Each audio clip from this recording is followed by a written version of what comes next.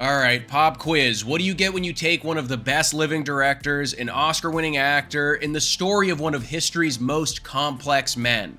Probably one of the best movies of the year, right? Well, unfortunately, despite its best efforts, this movie actually comes up short. Get it? It's about Napoleon. Alright, let's begin.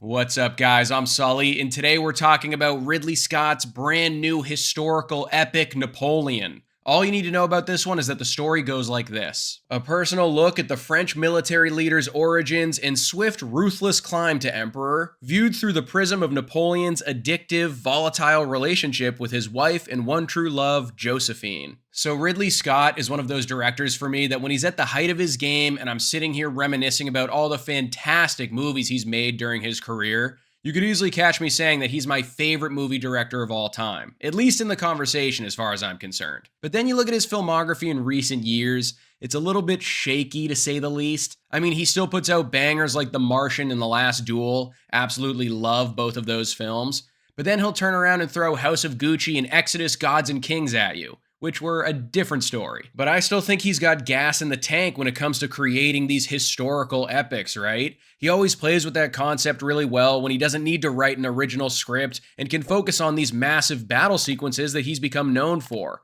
So naturally, a movie about Napoleon Bonaparte's life, with Joaquin Phoenix in the lead role, that's filled to the brim with warfare should be an absolute slam dunk. But unfortunately, what we have here is a pretty mixed bag, and I'll tell you why. But to get it out there first and foremost, I just want to take a minute to say that from a technical standpoint, Ridley Scott still directs the absolute shit out of this movie. All of the battle scenes are fantastic, they all feel epic in scale, and he's still pretty much unmatched when it comes to organizing these events that involve tens of thousands of people like it's nobody's business. For most directors, that's a panic attack waiting to happen. For him, that's just another Tuesday. He gets super down and dirty with this one too. The camera gets so caked with blood and grime, you're gonna think your movie theater's projector lens is messed up. But the way the movie looks and feels during those moments is exactly why I bought a ticket to see this film in the first place. And in those aspects, he does not disappoint. Now, getting into the performances here, obviously, Joaquin Phoenix, incredible actor. But I have to say, I didn't absolutely love him in this role. I thought he did a good job, but it wasn't anything that really blew me away. I think the standout was Vanessa Kirby as his wife, Josephine. She clearly had a lot going on under the surface and an air of mystery around her intentions that would keep you guessing a bit.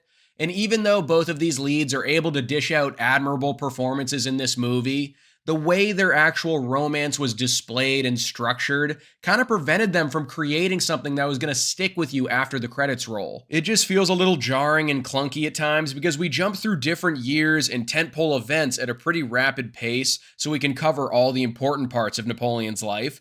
But in doing so, every scene where the two leads are together and are exploring their relationship had a very different vibe to it because so much has happened in between that we're rushing through or not seeing. So we don't really witness any of that growth, and the different stages of their relationship don't make sense to us. And I think that ends up being one of the biggest knocks on this movie for me, is that it didn't really seem like we saw all that much character development throughout this movie's long runtime. Like, Napoleon pretty much stays consistently Napoleon from the beginning all the way to the end, and everyone he encounters along his journey outside of Vanessa Kirby's Josephine was pretty forgettable, and I could barely tell you any of their names unless they were based off of a famous historical figure. Just a bunch of random dudes that look like they were born to rock the shit out of a powdered wig. Now, I think we'll all see very quickly while watching this movie that Ridley Scott might have taken some creative liberties with Napoleon Bonaparte's life story. I know the Twitter historians have been jumping all over him for that lately. I have no problem letting him put his blockbuster spin on things, because when you sit down to watch this movie, you know you're in store for the version he wanted to put on screen.